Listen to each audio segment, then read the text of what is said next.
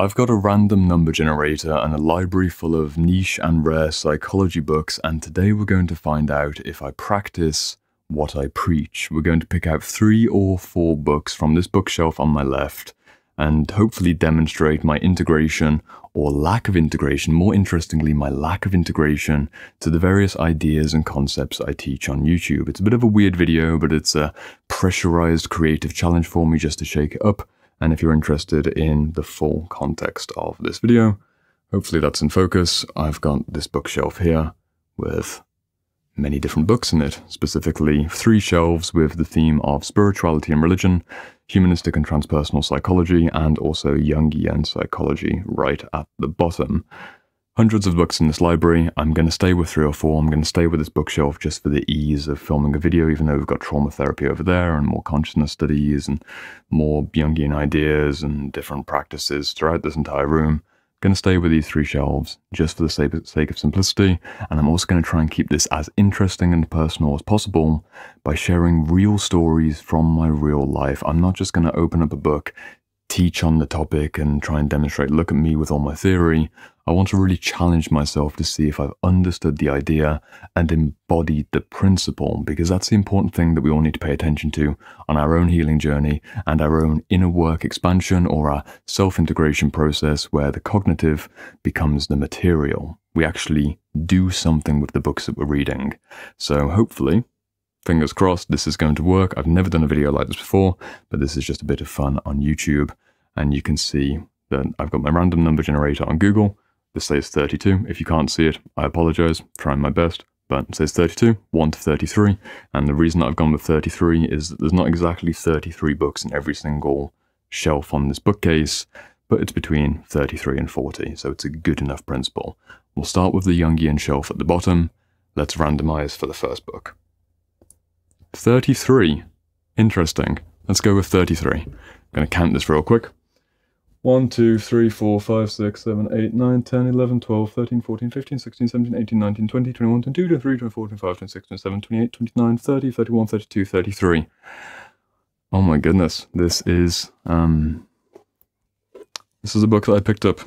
It's a book by James Hillman, very famous Jungian psychologist. And we've started with a heavy hitter. Suicide and the Soul. I guess we're going as deep as we need to go. I personally had a suicidal ideation period, let's call it, no active attempts on my life. Between the ages of 10 and 22, I generally didn't want to live. Couldn't get a more confronting book possible, so let's pick out a random page or random highlight and go into the story of my personal healing journey, because why not? There. Okay. This is how I'm going to structure the video. We've currently got a few pages worth of highlights, and I'm going to just choose the first one that jumps out of me and see where it goes. Didn't expect this video to be this confronting, but let's keep it raw. Quote from the book, James Hillman, Suicide and the Soul. When we refuse the experience of death, we also refuse the essential question of life, and leave life unaccomplished. Then organic death prevents our facing the ultimate questions and cuts off our chance for redemption. To avoid the state of soul, traditionally called damnation, we are obliged to go to death before it comes to us. I will share a story from when I was 10 years old. I'll keep it to 1 story per book, but hopefully encapsulates my lived reality of this theme. When I was 10 years old, I came back from school one day, my primary school, my elementary school, still in my school uniform, and I went to the top of the staircase in my parents' home, and I collapsed into a state of sudden depression. I'm not sure why. I was a generally happy child at school, but I went up the stairs, and then I got really sad, and I slumped at the top of the staircase. Small 10-year-old me in a red school jumper, and I started crying. I thought about this scene many times in my adult life because I think it was a moment where my consciousness really switched on.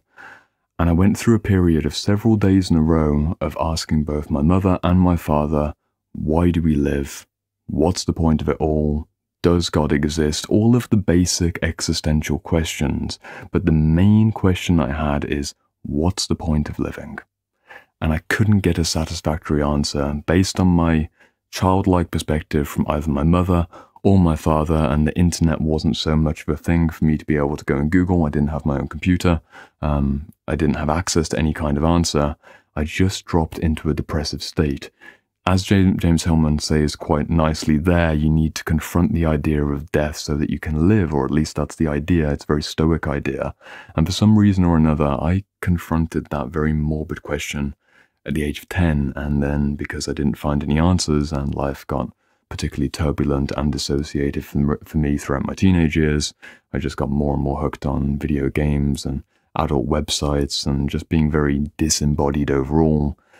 I became more and more depressed, and I've never made an attempt on my life, but I have very much lived about 12 years of my life not necessarily wanting to live at all. And it started that moment at 10. And it was only really when I got into my early 20s and I started embracing the healing pathway and I started going deeper into my own spiritual path, which began formally probably at 18 when I started meditating, that I realized that I had something called a soul. And again, it's quite accurate, I suppose, that this book is called Suicide and the Soul, because if you truly understand the nature of your soul on a felt level, you feel the presence of your own divinity, and you feel just how beautiful and how powerful and how remarkable your existence is. It dispels that depressive and dark fog like a strong beam of light in a storm. Your soul is almost the lighthouse that you can rely upon, and when I was 10, I didn't have that light. I struggled throughout all of my teenage years, and thankfully through traveling and reflection and many different forms of exploration psychologically and personally, thousands of hours of work and spiritual practices, many fasts, I found my answer of what it means to confront death before you've lived, and that's just the beginning of the story, and I could go on for a while, but the first confronting theme from this video really changed the tone. I recommend you read this book if you're someone who struggled with that particular challenge before, and you'll find some very practical guidance inside of there, and I can relate on a personal level. I spent 12 years in that headspace. I know what it's like to not see the light at the end of the road, or to not even see the light inside of yourself. I'd recommend looking inside yourself as a short video to not make this all on that topic. Let's see where we go for the second randomized book. I thought this would be a lot more of a playful video, but I guess we get the video that we need, not the video that we want. Second shelf on humanistic and transpersonal psychology. From 1 to 33, we have got 16. Let's dive in. 1, 2, 3, 4, 5, 6, 7, 8, 9, 10, 11, 12, 13, 14, 15, 16. What a book. The Ego and the Dynamic Ground by Michael Washburn. If you don't know Michael Washburn, he is without a doubt one of the greatest transpersonal psychologists who has written any books that I've ever encountered. I've got all of his works, and this is his classic work on the nature of ego psychology and the distinctions between parts and subpersonalities and various conscious and unconscious structures. It's a very theoretical book, so it'll be interesting to see if any personal stories can emerge. Let's go there. Okay, we've got one highlight right at the top. Hopefully this works. If it doesn't, we'll find another page. A prime example of such receptive prayer in the Roman Catholic tradition is the prayer of recollection. Described by Saint Teresa of Avila in The Interior Castle and The Way of Perfection, the prayer of recollection is a sustained posture of non-discursive receptivity to the Holy Spirit. And then further down on the page, the one highlight at the end of the paragraph, all such practices typically observe the 3 stages that are characteristic of CM generally. Not sure what CM is referring to, but Dharana, Dhyana, and Samadhi. Well, we're talking about the Interior Castle, we're talking about Saint Teresa of Avila, we're talking about mysticism, we're talking about a sustained posture of non-discursive receptivity to the Holy Spirit. So we're talking essentially about how to live a spiritual life which is open to the natural inflow of, let's call it, the Godhead or divine energy. What's a story in my life that represents this? I'll go with my experience of fasting, because that's when I most strongly experienced that state of inflow and openness to, let's call it, the spiritual world. Between the ages of 18 and today, but primarily between 18 and about 23, I periodically went on water fast, where I wouldn't eat for anywhere between 2 to 5 days, and in a few extreme cases I stopped drinking water as well, with the primary intention of emptying myself out so that I could be filled back up during these periods of time. I'd be primarily alone, or I'd be out in nature. I'd be meditating for multiple hours per day, and I'd be journaling and a bit of reading here or there. The most interesting fast that I could probably share with you is an experience I had. I think it was on my 23rd birthday. It may have been on my 22nd birthday. I think it was my 22nd birthday. I was in Germany at the time, and I was staying in a small community kind of villagey situation as a volunteer working on a construction site, primarily construction site, but you have to imagine a small village in the middle of Germany where you've got different volunteers from around the world and different community members are all doing the small village kind of thing. And my primary role in exchange for food and accommodation, and of course a learning experience, was to work on the construction sites doing things like drywalling, plastering, learning how to work with tools and general construction work. I took a few days off at my birthday in April, and I decided to do a 3-day fast. For the first day of the fast, I kind of stayed in my room, did general reflections, general journaling, but on the second day, I decided to walk. I just wanted to walk in a direction I've never been. I went onto my phone, I picked a point on Google Maps, a nearby town, and I just walked. And it turns out that I had actually picked a point that was halfway to a marathon, and on the way back, it's a marathon in length. I spent the entire day, while fasted, walking a marathon through the German spring forest on a very sunny day, just being with myself. Just with myself. I had water, but no food. I walked a marathon with no food in my body. I think I started the fast, I think it was 33 hours, and then it was 40-something hours. It was an entire day experience, and I had a few mystical experiences on the way. One interesting moment is I was walking down a particular highway, and I saw glistening in the side of the road a shiny CD, and I picked up the CD, and it said Sufi music. I know I've got it over there somewhere. I might go and see if it's immediately in the book. I think I've got it. I think I've got it. Let's see. I might edit this. Hopefully not. This is the CD that I found on my 22nd birthday while doing a fasted marathon through the German forest as a little spiritual pilgrimage to receive various soulful incarnational wisdom or whatever I thought I'd find. Let's see if that CD is in this drawer.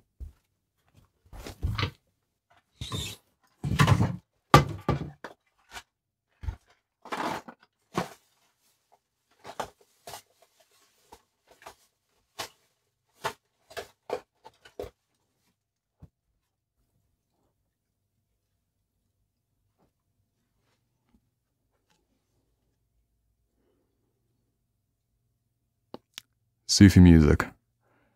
On a random highway in the middle of Germany on my birthday, while doing a fasted marathon, I found the Islamic mystical hint towards Sufism. I'm not a Sufi, I don't practice Islam, but isn't that interesting? That's my story. I went on a variety of spiritual pilgrimages. That was a particularly intense one. I was a very intense young man and I had to do very challenging, physically emptying things, but here's the CD from my fasted birthday experience.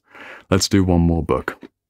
I don't know where this video is going. We've gone with some pretty hard hitters, so let's let God guide us via the form of a random number generator. Final randomized number from the top shelf on spirituality and religion. Let's see where the story goes, and if I'm indeed whatever's happening here, we're gonna go with it. Randomized number 2. Before I look over at the shelf, I'm going to hydrate. The Water of Life by Michael Meade. This is a book that I read more recently, and to be completely honest with you, I think I read it a little bit too late in my journey.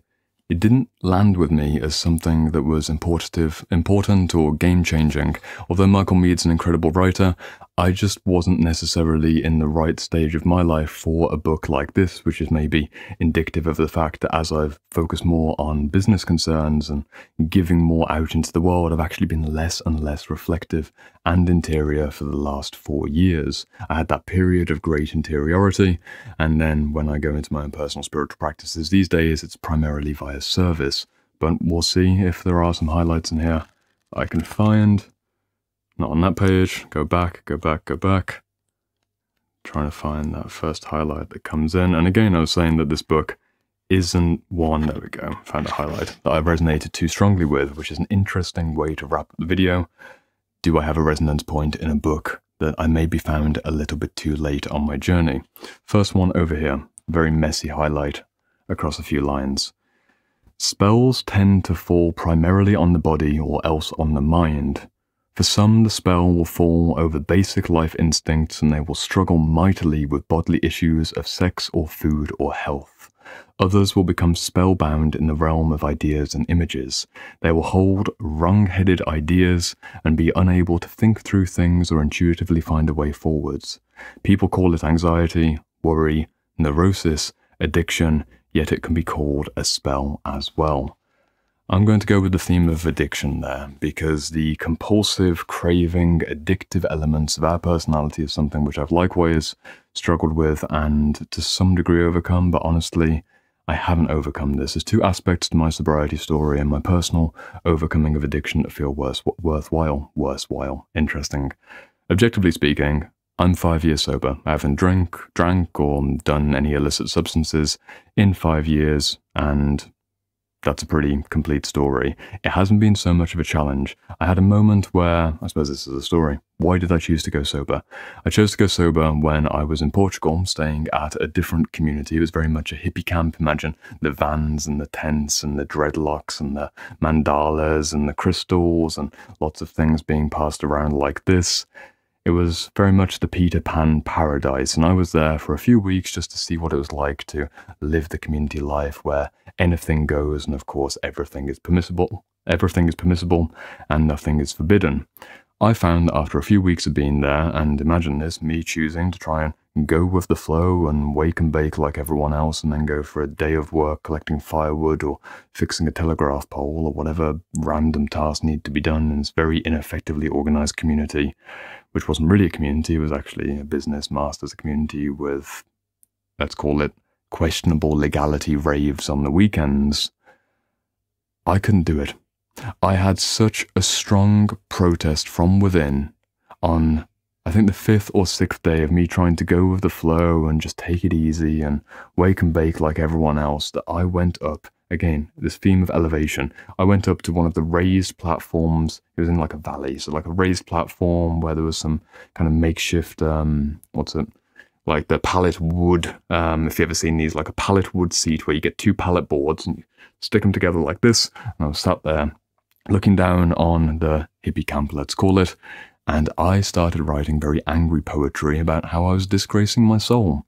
I was such a righteous little individual, and I can't remember the exact poem. I'm sure I could find it somewhere, where I was essentially, you know what, I don't know if I can find it. Oh, it's going to be another moment. Let's see if I can find the poem and insert it here.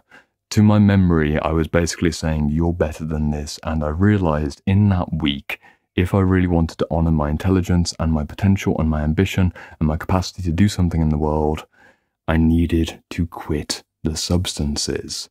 Even casual usage, casual drinking, casual partying.